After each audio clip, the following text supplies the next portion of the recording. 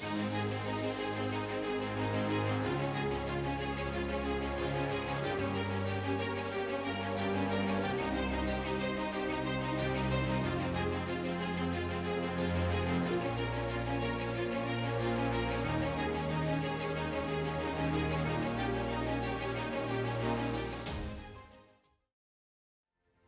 everyone, and thank you so much. It's a tremendous honor to be a part of this event tonight and to be here, even if only virtually, with such an extraordinary group of investigative reporters from around the world.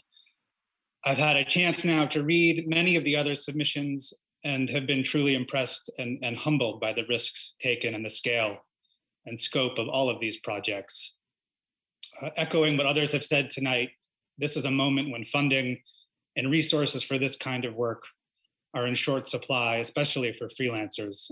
So it's critical that we support and celebrate it.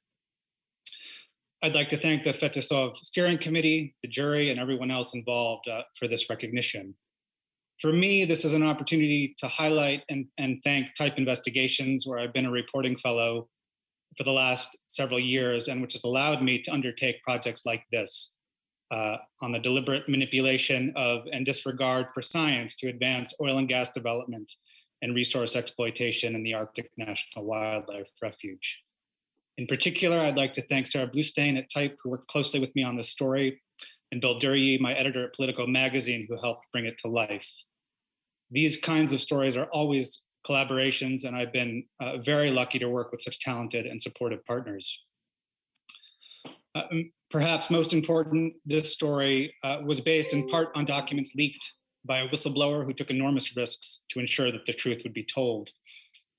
And in my mind, this award is really for them.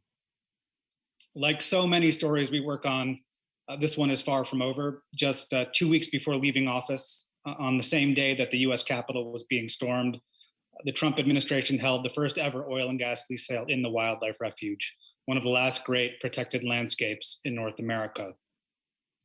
And this at a time when we're losing species at an alarming rate, largely due to habitat fragmentation and destruction, often at the hands of industry.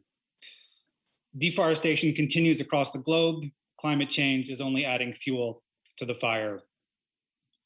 And so often these stories are brought to light by activists who risk their lives in speaking out against development projects and the corporate interest behind them, by whistleblowers and investigative journalists who are able to bring these stories to light. So we have to support this work. We have to continue to support this work. I think it's vital to tell these stories, exposing corruption and wrongdoing and holding those in power to account. So thank you very, very much for this honor.